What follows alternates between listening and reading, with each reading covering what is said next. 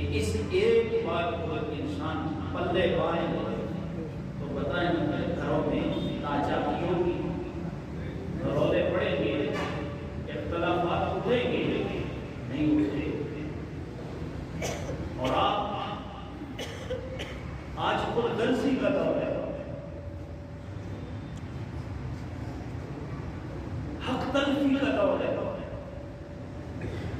ہر کوئی دوسرے کی حق تلفی کرتا ہے، جہاں جس کو حق پہنچتا ہے اور جس کے پلے کچھ ہے وہ دوسرے کا حق آ رہا ہے اور دبا رہا ہے، اور بڑی بےہودہ قسم کی دلیلیں بھی پیش کر رہے ہیں، زیادتی کر کے وہ اپنا حق سمجھتے ہیں، وہ اوپر سے لے کر نیچے تک جس سے کوئی خالی نہیں ہے۔ نبی کریم صلی اللہ علیہ وسلم آپ کو فرمایا کرتے تھے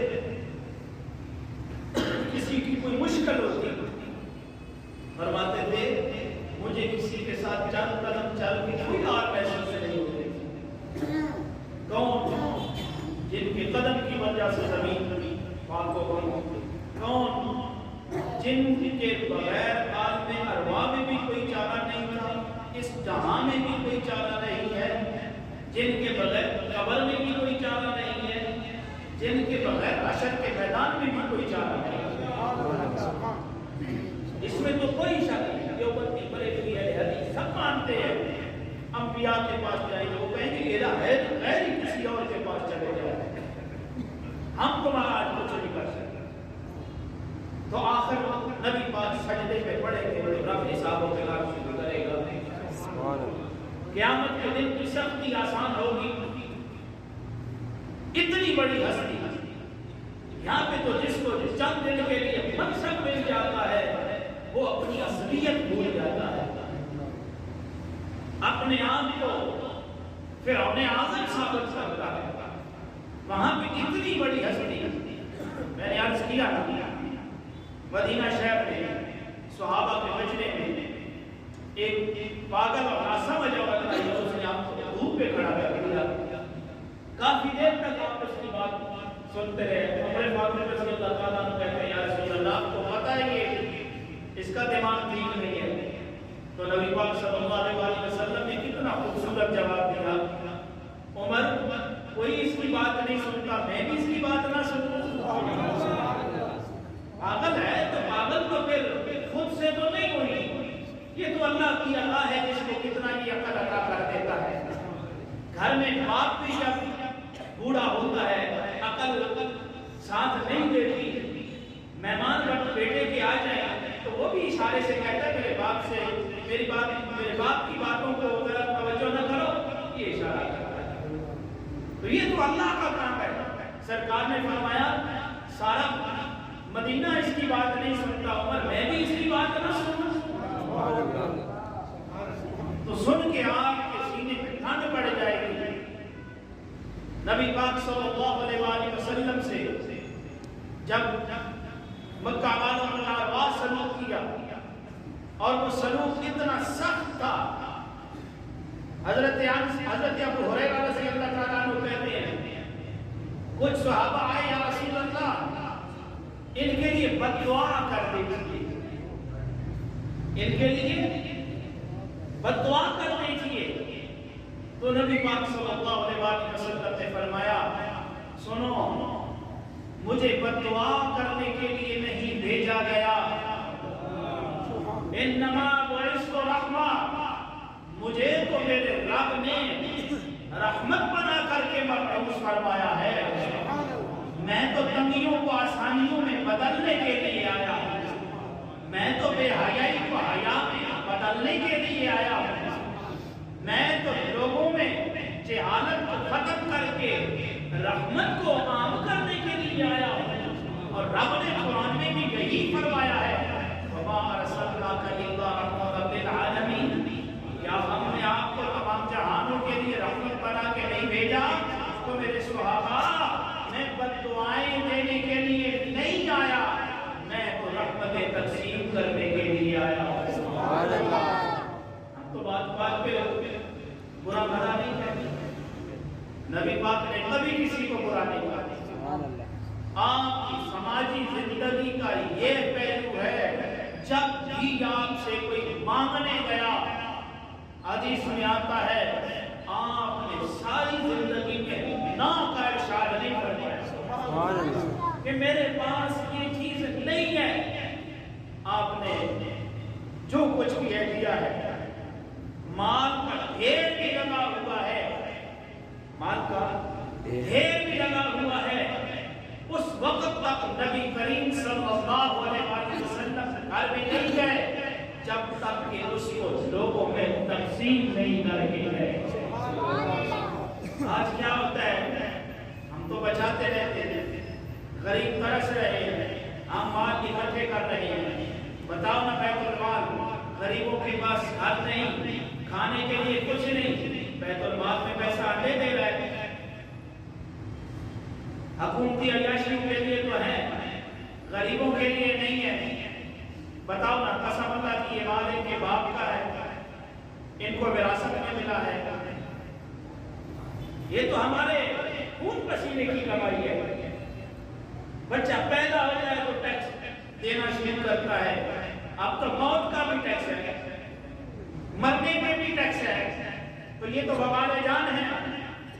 ان کو انسان کہنا انسانیت کی توہین ہے، یہ انسان نہیں، یہ مردہ جنازے ہمارے قبروں کے اوپر ہے، اور جنازہ وہی اچھا لگتا ہے جس کو دفنا دیا جائے، جنازہ وہی ہے جس کو دفنا دیا جائے، باہر رہے گا تافن پھیلے گا، باہر رہے گا بیماریاں پھیلیں گی، باہر رہے گا ماحول خراب کرے گا، باہر رہے گا معاشرے کو گندا کرے گا، لہذا جنازے کو دفنایا جائے تو معاشرہ پاک رہتا ہے۔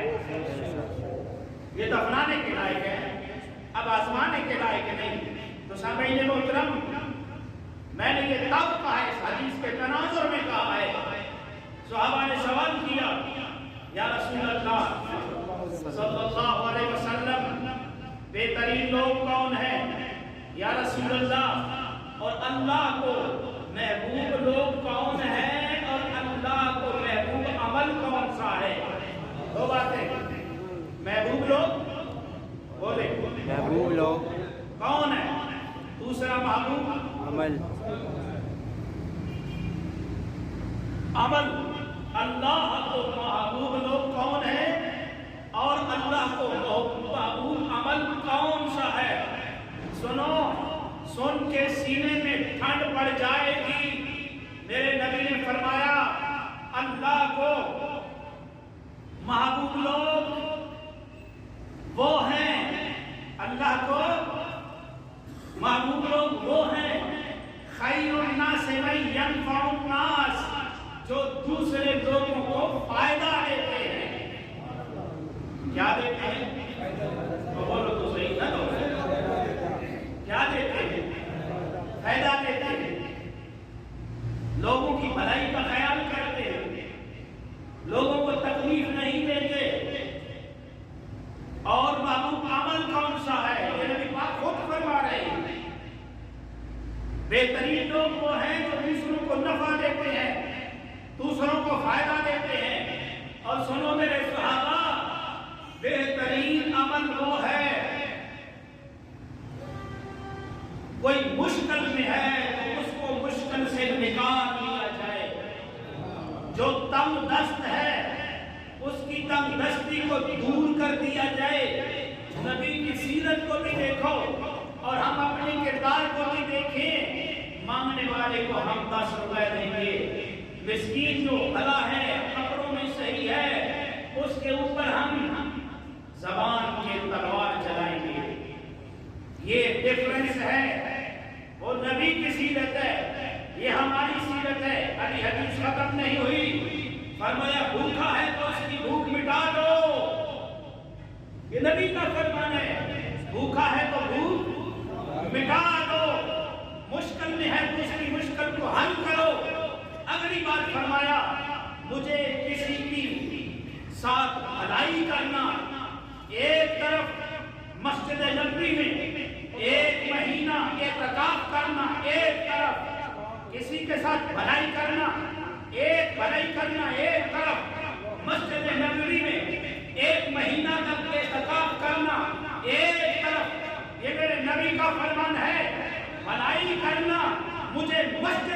نبوی میں 1 مہینہ تک اعتکاف کرنا، اس اعتکاف کرنے سے کسی مشکل میں رہنے والے میں یا تنگی میں رہنے والے کے ساتھ بھلائی کرنا اس اعتکاف سے عظیم ہے، اچھا ہے، پیار ہے۔ کیا ہم نے بھی کبھی یہ سوچا؟ کیا یہ ہمارا کردار ہے؟ کیا ہمارے سامنے نبی کا یہ فرمان ہے؟ ہم بڑائیاں کرتے ہیں، ہم تو بیٹھ کے غیبتیں کرتے ہیں، ہم تو حسد کی تعلیم دیتے ہیں، ہم تو بغض کرتے ہیں، اور یہ گندی بیماریاں ہیں بعد الایمان۔ جب کلمہ پڑھ لیا جائے اس کے بعد یہ انتہائی ترین گھٹیا حرکت ہے، سب سے بڑی یہ کمینہ حرکت ہے۔ سنو، میرے نبی تو اس طرح سے محبتیں بانٹتے ہیں۔ سبحان اللہ۔ تعلیم آپ کی قرآن موجود ہے، حدیث موجود ہے، آپ کا یہ زندگی کا فرمان کہ کبھی وہ بندہ مومن نہیں ہو سکتا جو اپنے لیے پسند کرے اور وہی چیز اپنے مسلمان بھائی کے لیے پسند نہ کرے۔ سگے بھائی کی بات نہیں، یہاں پہ کون اترتا ہے؟ میں اترتا ہوں، آپ اترتے ہیں، تو پھر تبدیلی کیسے آئے؟ تبدیلی تو ہم مکہ کے لوگوں سے سخت اور جری نہیں ہے۔ ہمارے سامنے اگر جانور بھی تڑپ تڑپ کے مر رہا ہو، ہمارا کلیجہ تمہارا آتا ہے۔ ہم تو کسی انسان کے سر پہ ڈنڈا مارتے دیکھیں یا خون دیکھیں، اگلا تو جس کو لگا ہے وہ اتنا چکراتا نہیں ہے جتنے ہم بہادر دیکھ کے آگے چکرانا شروع ہو جاتے ہیں۔ مکہ کے لوگ کتنے سخت، اتنے جری، اتنے شدت والے تھے، اپنے گھر میں پیدا ہونے والی اپنی بیٹی کو مار کر کے نہیں، زندہ رکھور کر کے کرتے۔ اس سے بڑا پھر ظلم ہے؟ پھر یہ باتیں وہ سختی سے اور تکبرانہ انداز میں بیان کرتے تھے کہ میں نے اپنی 2 بچیوں کو، میں نے اپنی 4 بچیوں کو، میں نے اپنی 5 بچیوں کو زندہ رکھور کیا ہے۔ ہم یہ کام کر سکتے ہیں؟ نہیں کر سکتے۔ ہماری حرکتیں بھی چھوٹی ہیں، ناراض ہو نہیں ہونا، غیبت کر لینا، بغض کر لینا، حسد کر لینا، امانت کے مال کو اپنے باپ کی وراثت سمجھنا ہے جی۔ ہم تو ایسی چھوٹی حرکتیں کرتے ہیں، وہ چھوٹی حرکتیں نہیں کرتے۔ مکہ کے 13 سالہ دور میں خدا کی قسم ایک منافق بھی پیدا نہیں ہوئے جس نے کلمہ پڑھا، پھر کلمہ پڑھا، اور کلمہ ایسا پڑھا حضرت یاسر پہلے شہید، حضرت سمیہ ایک کو ایک طرف ابو جہل، دوسرے کو دوسرے طرف، درمیان کے 2 اونٹوں کے درمیان رکھ کے ایک کو تیز رفتار سے ادھر دوڑایا، ایک کو تیز رفتار سے ادھر دوڑایا۔ حضرت یاسر شہید ہو گئے، وجود 2 حصوں میں کٹ گیا۔ حضرت سمیہ سے پوچھا گیا دیکھ لو اس کی حالت، کلمہ چھوڑ دے، واپس اپنے دین میں آ جا، تیرے ساتھ بھی نہیں سلوک کیا جائے گا۔ اس نے کہا جو کرنا ہے کر لو، کلمہ رب کا پڑا ہے، جو کرنا ہے کر لو، کلمہ اللہ کا پڑا ہے، دین محمد پہ ایمان لے کے آئی ہوں، جو کچھ کرنا ہے کر لو۔ میرا وجود کٹ سکتا ہے، میرا وجود ٹکڑے ٹکڑے ہو سکتا ہے، میرے وجود کی بوٹیاں کرو، محمد کی ذات کو چھوڑ دو۔ ہم نبی کا کلمہ پڑھنے والے اتنے بے حس، بے اہمیت، بے دین ہو چکے ہیں کہ ہمارے سامنے سن لو، نبی کی بات کی قدر نہیں۔ میں کہتا ہوں اعتماد نہیں، اعتماد ہو خدا کی قسم، اپنی بچیوں کو زندہ رکھور کرنے والے، کعبہ کا ننگا طواف کرنے والوں، دوسروں کے حقوق کو اپنا حق سمجھنے والے، یا امانتوں کا رگڑا نکالنے والے، انسانیت کا خاتمہ کرنے والے اتنے عظیم انسان بن گئے، خدا کی عزت کی قسم زمانہ ان کا ساتھ نہیں دے سکتا۔ اعتماد کی ضرورت ہے۔ آج بھی اگر نبی کی بات پہ اعتماد آ جائے، یؤمنون بالغیب مضبوط ہو جائے، خدا کی قسم اگر یہ نبی کا دین قرآن و حدیث مکہ والوں کی زندگیوں میں انقلاب پیدا کر سکتا ہے تو ہماری زندگی میں بھی انقلاب پیدا کر سکتا ہے۔ فرق یہ ہے کہ اعتماد نہیں، بد اعتمادی ہے، بد خلقی ہے، بے دینی ہے، بے حمیتی ہے، جس کا نتیجہ عریانی عام ہو رہی ہے، جس کا نتیجہ اخلاق کا رگڑا نکل گیا ہے، جس کا نتیجہ انسانیت کی قدر نہیں، جس کا نتیجہ نہ قرآن کا حیا نہ نبی کے فرمان کا حیا۔ اس کے توڑ کے لیے ہمیں کیا کرنا ہے؟ اس کے توڑ کے لیے ہمیں ہماری ذمہ داری ہے، ہماری ذمہ داری یہ ہے کہ دین کی تعلیمات کو عام کیا جائے، دین کی تعلیمات کو عام کیا جائے، اسلام کے تہذیب و تمدن کا پرچار کیا جائے، نوجوانوں کو دین اسلام سے روشناس کرایا جائے، تب جا کے یہ تبدیلی آ سکتی ہے، ورنہ نہیں آ سکتی۔ اس کے ذمہ دار بھی سن لو کون ہے؟ اس کے ذمہ دار مولوی ہے، اس کا ذمہ دار پیر ہے، اس کا ذمہ دار استاد ہے، اس کا ذمہ دار مسجد انتظامیہ ہے، اس کا ذمہ دار میلاد کمیٹیاں ہیں، جنہوں نے لوگوں کو دین سے دور کیا ہے، جنہوں نے بے حمیتی کو رواج کیا ہے، جنہوں نے بے دینی کو رواج کیا ہے۔ اگر یہ لوگ ٹھیک ہو جائیں، رب ذوالجلال کی عزت کی قسم کھا کے کہتا ہوں یہ قرآن ہی ہے جو زندگیوں میں انقلاب کرتا ہے۔ بد اعتمادی اگر کرو گے تو خدا کی قسم یہ تبدیلی نہیں آ سکتی۔ بد اعتمادی کرو گے نتیجہ کیا ہوگا؟ بنی اسرائیل نے کی، موسیٰ پیغمبر موجود ہے، کچھ دن کے لیے گئے، پیچھے لوگوں نے بچھڑے کو پوجنا شروع کر دیا۔ جب پوجا واپس آئے، 70 کے علاوہ عذاب آیا، لڑ کے مرتے رہے، مارتے نہیں یہ گناہ نہ جاتا۔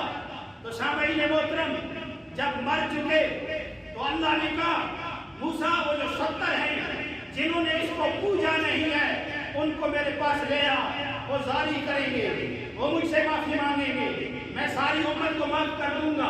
کیا ہوا؟ جب وہ بڑے دور پہ گئے انہوں نے کیا مطالبہ کیا؟ لَن نُؤْمِنَ لَكَ حَتَّى نَرَى اللَّهَ جَهْرَةً فَأَخَذَتْهُمُ الصَّاعِقَةُ۔ لَن نُؤْمِنَ لَكَ حَتَّى نَرَى اللَّهَ جَهْرَةً۔ اے موسیٰ اس وقت تک تیری بات کو نہیں تسلیم کریں گے جس وقت تک تیرا رب ہمیں سامنے نظر نہیں آئے گا، اس وقت تک ہم تیری بات کو تسلیم نہیں کریں گے جب تک اللہ ہمیں بادلوں میں نظر نہیں آئے گا۔ فَأَخَذَتْهُمُ الصَّاعِقَةُ وَأَنْتُمْ تَنظُرُونَ۔ بجلی کا کڑکا آیا، وہ 70 کے 70 سارے مر گئے۔ مرنے کے بعد جب نبی نے دیکھا یہ سارے کے سارے آنے والے مر گئے، میں اپنے قوم کو جواب کیا دوں گا؟ نبی نے دعا فرمائی میرے مولا آنے والے جتنے ہیں وہ سارے کے سارے تمہیں مار دیے، میں واپس قوم کو کیا جواب دوں گا؟ ثُمَّ بَعَثْنَاكُم مِّن بَعْدِ مَوْتِكُمْ لَعَلَّكُمْ تَشْكُرُونَ۔ اللہ نے 70 کو مرے ہوئے کو دوبارہ زندہ کر دیا، ان کو زندگی عطا کر دی۔ مطالبہ کو موسیٰ علیہ السلام نے بھی کیا تھا نا، رب عالمین مجھے دکھا، یہ نہیں ان کو کچھ نہیں ہوا۔ ان کا مطالبہ تھا کہ پہلے تک بچے رہے، اب تم دوبارہ مطالبہ کرتے ہو جب قوم وہ پوجا ایک بچھڑے کی کر رہی تھی تم بچے رہے، اب آ کے تم نے مطالبہ کر دیا ہے۔ تو ہم بھی کہتے ہیں جی پچھلے رمضان میں بھی بڑی نمازیں پڑھتا تھا، ایک وقت میں بھی مسجد کی خدمت کرتا تھا، میں بھی بڑا، اب جو نماز نہیں پڑھتا بس اب غفلت ہو جاتی ہے۔ گزری باتوں کو چھوڑو، جو موجود ہے ان کی بات کرو۔ تو ایک وہ موسیٰ نے بھی کہا ہے اللہ مجھے دکھا، رب نے فرمایا لن ترانی، تو مجھے نہیں دیکھ سکتا۔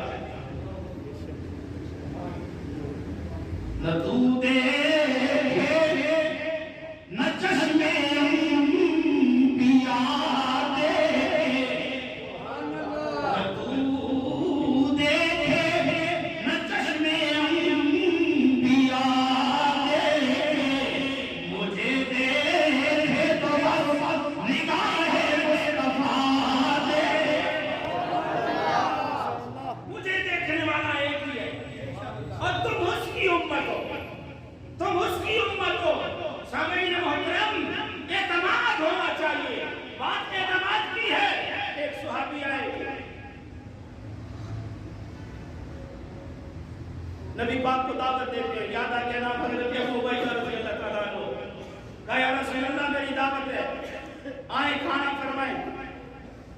نبی پاک آئے، کہا یا رسول دستی دو، اگلی ٹانگ پکڑے کی دے دی، دوئی دی، ہاں دوسری کا مطالبہ کیا، حضرت ابو عبیدہ نے دوئی دے دی، پیش کر دی، پھر کہا ایک اور دو، حضرت ابو عبیدہ رضی اللہ تعالیٰ عنہ قریب ہوئے، کہا یا رسول اللہ دو ہی تو ہوتی ہیں یا زیادہ ہوتی ہیں؟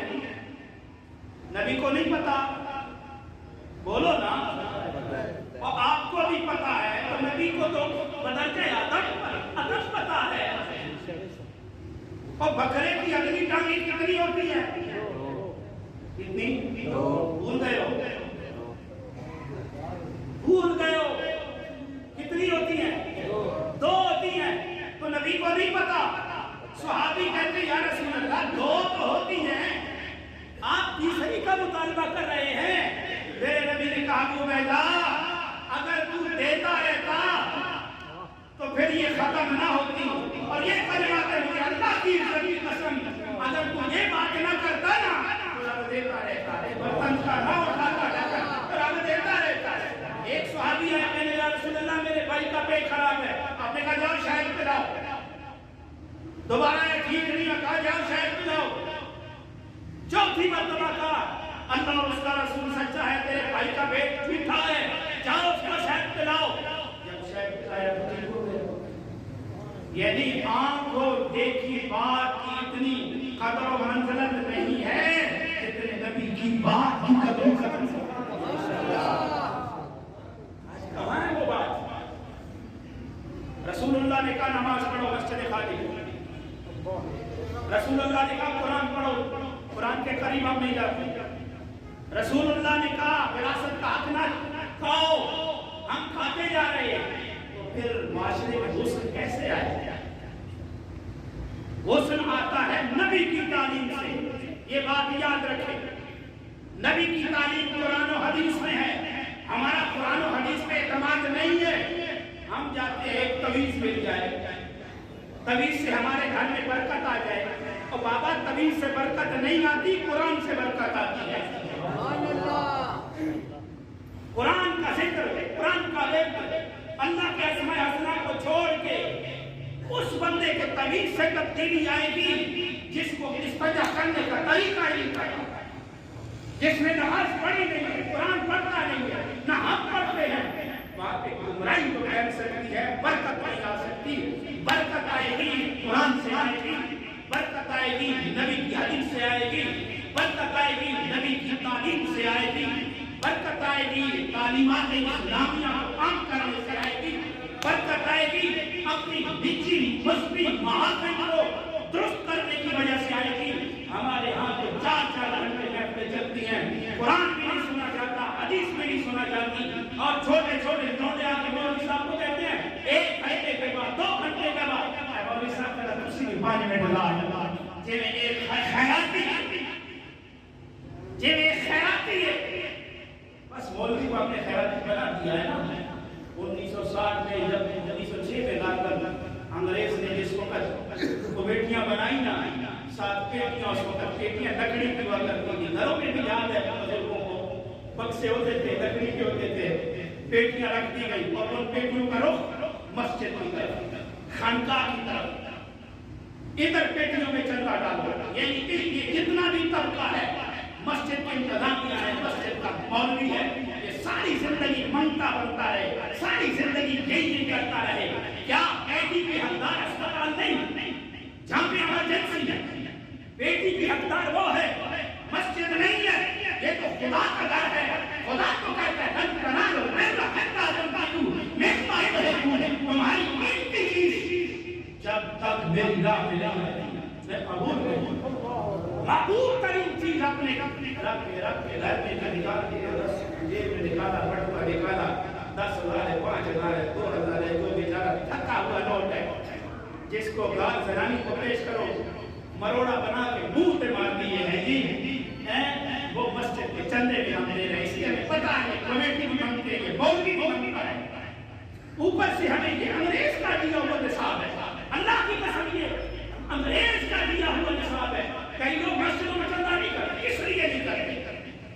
دینا تو خود اللہ تو غنی ہے، اللہ تو غنی ہے، اللہ تو غنی ہے، اور اس کا ٹبر جو ہے وہ منگتا ہے۔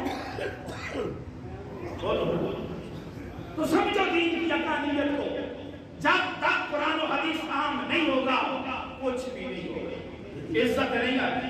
اللہ کی عزت کی قسم کھا سارے ایکسپورٹ پڑے، پوری عمارت پہ لگا دو، تبدیلی تبھی آئے گی یا محمد کا غلام آئے گا۔